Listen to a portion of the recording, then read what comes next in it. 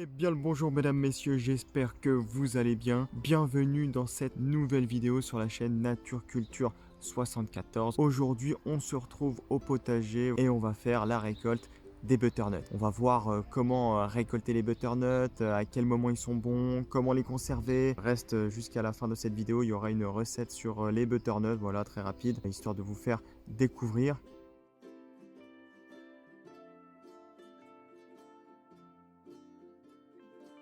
On va commencer avec l'origine des butternuts venant tout droit d'Amérique du Sud.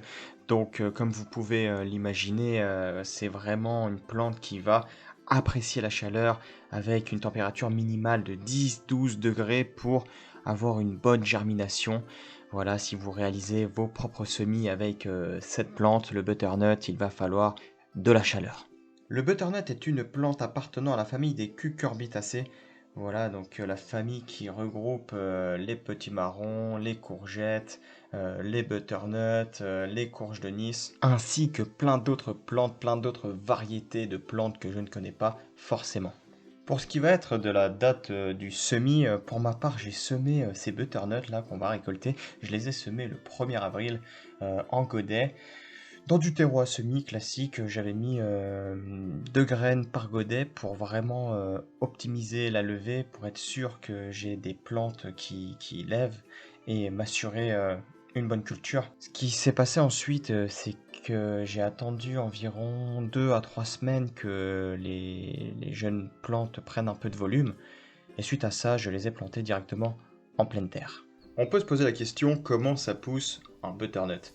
Eh bien, le butternut, il aime bien un sol riche. Voilà, un sol riche, un minimum travaillé, histoire que les racines puissent un petit peu s'ancrer, un petit peu se balader, un petit peu aller chercher la nourriture qu'on aura mis dans le sol, de la matière organique, voilà, un petit peu tout ce qu'on a, du compost, tout ce qu'on a à notre disposition qui vient de chez nous. Le gros point à respecter, ça va être l'espace. Butternut, tout ce qui est courge, voilà, tout ce qui rampe en fait, parce que moi je les fais ramper. On peut les faire monter sur un treillis, sur un grillage, chose qu'on va sûrement faire l'année prochaine, mais cette année, on les a mis au sol, classique, on les a fait ramper. Ça a besoin de beaucoup, beaucoup d'espace. Quand on va planter nos butternuts qui sortent des godets, il va falloir respecter une distance de plantation allant de 80 cm à 1 mètre.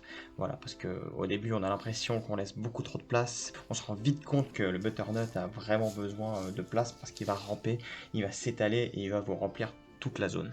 Vous avez réussi la culture, vous avez réussi à bien arroser vos plants durant tout l'été, vous avez des gros fruits qui se sont formés, qui ont mûri, et vous avez vraiment cette impression qu'il faut récolter. Alors, vous vous posez cette question, mais est-ce que je peux récolter? Est-ce que c'est vraiment le bon moment? Comment je fais pour être sûr, pour pas gâcher un peu cette récolte tant attendue? Eh bien, c'est très simple, il y a plusieurs points à respecter déjà. Pour la récolte elle va se situer entre septembre et octobre. Voilà, donc si vous êtes dans cette période, c'est déjà très bon signe.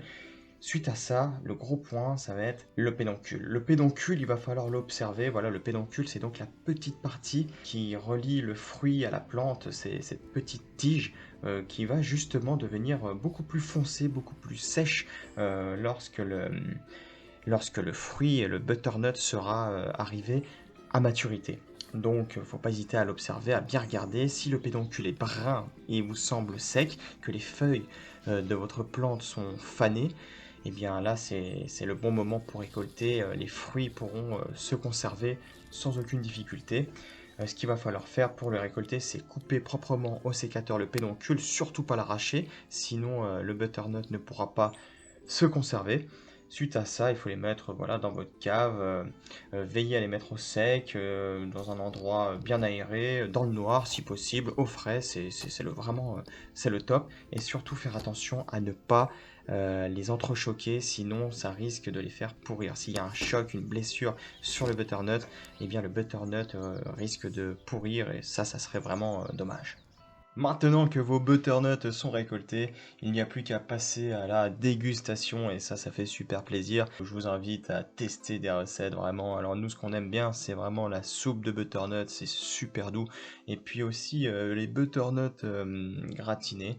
Heu, voilà, donc quelques petites recettes à tester et c'est super bon. Il faut vraiment, vous faire plaisir, laisser parler votre imagination, tester des nouvelles recettes, je vous encourage à essayer, c'est franchement, génial de pouvoir cuisiner, eh bien, ses récoltes. C'est génial. C'est déjà la fin de cette vidéo sur la récolte des butternuts. J'espère qu'elle t'aura été utile, j'espère qu'elle t'aura plu, que les images t'auront plu. Voilà, ça m'a fait plaisir de la réaliser. Sur ce, je te dis à la prochaine dans une nouvelle vidéo. Ciao.